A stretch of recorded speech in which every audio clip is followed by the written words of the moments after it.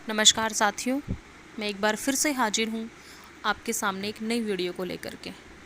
आज हम बात करने वाले हैं मदरसा यूनिवर्सिटी से जो एग्ज़ाम शेड्यूल जारी किया गया है उसके अंतर्गत जो परीक्षा होने वाली है उसमें अपने भूगोल विषय के बारे में, अर्थात भूगोल विषय के तीनों ही क्लासेस के BA part first year, second year और फाइनल ईयर के तीनों ही क्लासेस के सभी बुक्स के महत्वपूर्ण प्रश्नों के एक सीरीज के साथ।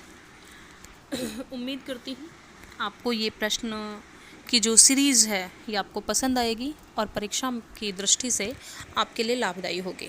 चलिए सबसे पहले शुरुआत करते हैं बीए पार्ट फर्स्ट ईयर के भौतिक भूगोल से। भौतिक भूगोल के महत्वपूर्ण प्रश्नों की श्रृंखला में पहला प्रश्न है हमारा, वेगनर के महाद्वीपीय विस्थापन सिद्धांत का वर्णन करें तथा इसके पक्ष और विपक्ष में तर्क दें। इसमें हमें दर्शाना है, इसमें हमें लिखना होगा, डिस्कस करें किया था हमने हमारे ऑफलाइन क्लासेस में कि वेगनर ने जो महाद्वीपीय विस्थापन का सिद्धांत दिया था वो स्टार्टिंग में जब वो आया था तो उसने संपूर्ण वर्ल्ड में वैश्विक स्तर पर इसने अपनी धूम मचा दी थी, क्योंकि इसने कहा था कि कुछ ऐसी अंतर्जात शक्तियाँ हैं जिन्होंने एक समय के पश्चात एक दूसरे से दूर जाना इन महाद्वीपों ने प्रारंभ कर दिया था। एक निश्चित दिशा में इनका प्रवाह प्रारंभ हो गया था। विभिन्न स्थानों पर पाई जाने वाली वनस्पतियों के एग्जाम्पल्स देकर के, जीव जंतुओं के एग्जाम्पल्स देकर के वेगनर ने अपना जो सिद्धांत दिया था उसके पक्ष में अपने तर्क रखे थे।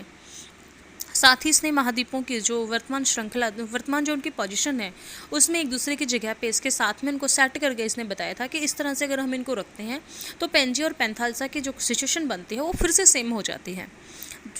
परंतु इसके बाद जब इसके विपक्ष में जब कुछ भूगोलवेत्ता आए तो उन्होंने कहा कि ये जो अंतर्जात शक्ति की बात करते हैं वेगनर, वो अभी तक कहाँ थी, वर्तमान में ही इस इतने समय के पश्चात इन्होंने कार्य प्रारंभ क्यों किया, और इन सभी चीज़ों के बहुत सारे उन्होंने रीजन्स दिए। तो उन सब चीज़ों को हमें इसमें डिस्कस करना होगा।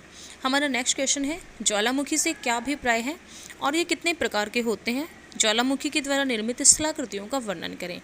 ज्वालामुखी हमने क्लास में बहुत डीपली डिस्कस किया था कि किस प्रकार से प्लेट विवर्तनिकी की घटनाओं के कारण से जो चट्टानों का जो पिघला हुआ रूप मैग्मा जब लावा के रूप में प्रस्फुटित होता है तो ज्वालामुखी विस्फोट होता है। 3 प्रकार के होते हैं ये। इनकी तरह जो स्थलाकृतियाँ होती हैं भूसतह के नीचे और ऊपर दोनों जगह पर इससे बनने वाली स्थलाकृतियाँ होती हैं। कौन कौन सी होती हैं, किस प्रकारों का निर्माण होता है, ये सभी चीज़ें हम डिस्कस कर चुके हैं। नेक्स्ट हमारा जो क्वेश्चन है वो है, पृथ्वी की आंतरिक संरचना और संगठन का वर्णन करें। और इसमें हम बात करने वाले हैं पृथ्वी की आंतरिक संरचना, अर्थात पृथ्वी की परतों को हमने कितने पार्ट्स में डिवाइड किया है। सियाल, सीमा और निफे के बारे में बात करने वाले हैं हम। भूपर्पटी, मेंटल और कोर के बारे में बात करने वाले हैं हम। इनकी गहराई कितनी है, कोर को हमने 2 पार्ट्स में डिवाइड किया है, मेंटल को हमने 2 पार्ट्स में डिवाइड किया है। इनका रासायनिक संगठन क्या है, अर्थात कौन कौन से पार्ट्स में कौन कौन सी चीज़ें ज़्यादा पाई जाती है, कहाँ पर सिलिका और एल्यूमिनियम ज़्यादा पाया जाता है, कहाँ पर सिलिका और मैग्नीशियम ज़्यादा पाया जाता है, या कौन सी जगह पर निकल और फेरियम जैसे तत्वों की प्रधानता होती है। वो सब चीज़ें हमें इसमें डिस्कस करनी होगी उनकी गहराई के साथ में। नेक्स्ट हमारा जो क्वेश्चन है वह अपक्ष और अपर्दन में अंतर दर्शाते हुए इसके लिए जो प्रभावकारी कारक हैं उनका वर्णन कीजिए। अपक्ष होते किसी भी चट्टान का, किसी भी चीज़ का अपनी जगह पर ही अपक्षित हो जाना, टूट जाना, टूट फूट जाना, चूर्ण के रूप में परिवर्तित हो जाना, उसकी रासायनिक संरचना में परिवर्तन आ जाना। जबकि अपर्दन क्या होता है, उसमें परिवर्तन तो आया है, साथ में उसका परिवहन भी हो गया है। ये इसमें डिफरेंस है। इसके लिए प्रभावकारी कारक कौन से हैं, बहुत सारे कारक होते हैं। अवधि इसका एक मुख्य कारक होती है, सूर्य तप की प्राप्ति होती है, वर्षा होती है, एयर होती है, बहुत सारी चीज़ें होती हैं जो अपक्ष और अपर्दन को प्रभावित करते हैं। इसमें हम उन सभी चीज़ों को करेंगे। नेक्स्ट हमारा जो क्वेश्चन है, डेविस और पेंग के द्वारा बताए गए अपर्दन चक्र का तुलनात्मक अध्ययन कीजिए। इसमें डेविस ने जो अपर्दन चक्र था उसमें था तरुणावस्था अथवा युवावस्था, प्रौढ़ावस्था, जीर्णावस्था और अवस्थाओं के बारे में बात की थी।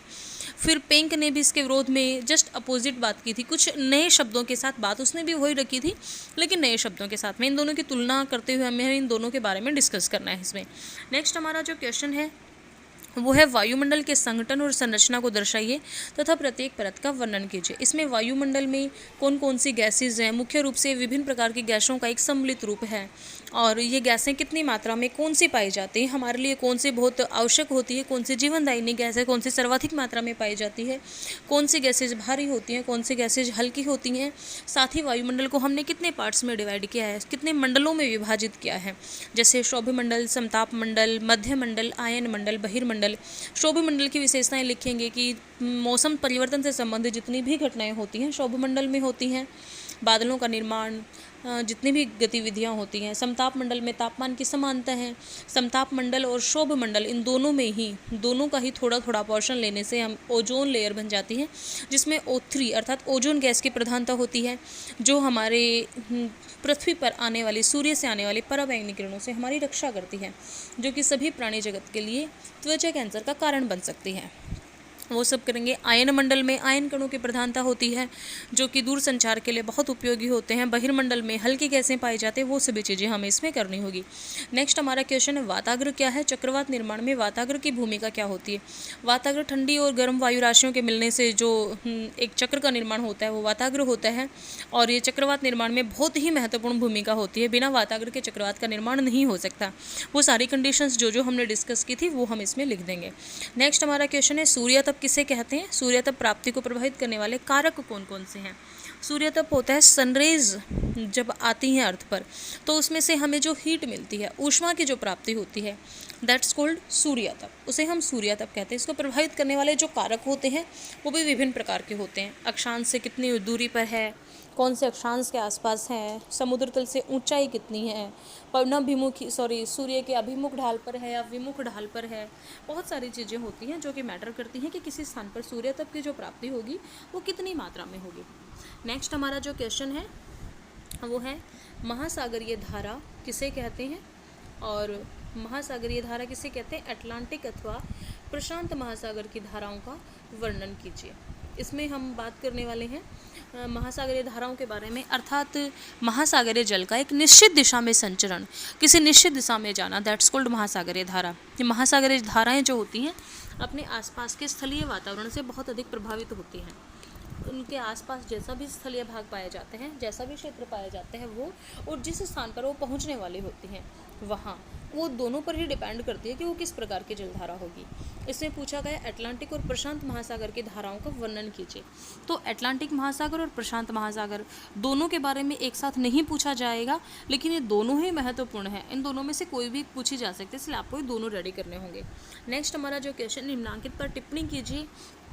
ये जो क्वेश्चन है इसमें कुछ टॉपिक्स आपको दे दिए जाते हैं, उनमें आपको टिप्पणी करनी होती है। कभी 2 दे दिए जाते हैं, कभी 3, कभी 5।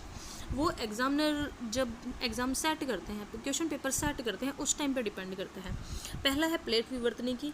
प्लेट विवर्तनिकी जो होती है, तो प्लेट विवर्तनिकी की जो घटनाएं होती हैं वो कैसे होती है। 3 प्रकार के किनारे होते हैं प्लेटों के। भूकंप कैसे होता है, पृथ्वी का कंपन, इन्हीं प्लेट्स के आपस में टकराने से भूकंप उत्पन्न होता है, वो सभी करना है। पर्वत निर्माण की प्रक्रिया, प्लेट विवर्तनिकी ही पर्वत निर्माण की प्रक्रिया में सहायक होती है, यही इसका कारण होती है। नेक्स्ट है पवन के कार्य। पवन के अपर्दन के कार्य और निक्षेपण के कार्य सभी करने होंगे। काष्ठ स्थलाकृति या वो स्थलाकृतियाँ होती हैं जो किसी भी स्थान पर, जो चट्टानी जो क्षेत्र होता है जहाँ पर चूने की चट्टानों की प्रधानता पाई जाती है, उन क्षेत्रों में इस प्रकार की स्थलाकृतियाँ बनती हैं। नेक्स्ट है ज्वार भाटा। ज्वार भाटा की उत्पत्ति सूर्य व चंद्रमा की आकर्षण शक्तियों के कारण से होती है। ये थे कुछ महत्वपूर्ण प्रश्न जो एग्ज़ाम के पॉइंट ऑफ व्यू से बहुत ही इम्पोर्टेंट है। उम्मीद करती हूँ कि इनसे आपको सफलता मिलेगी।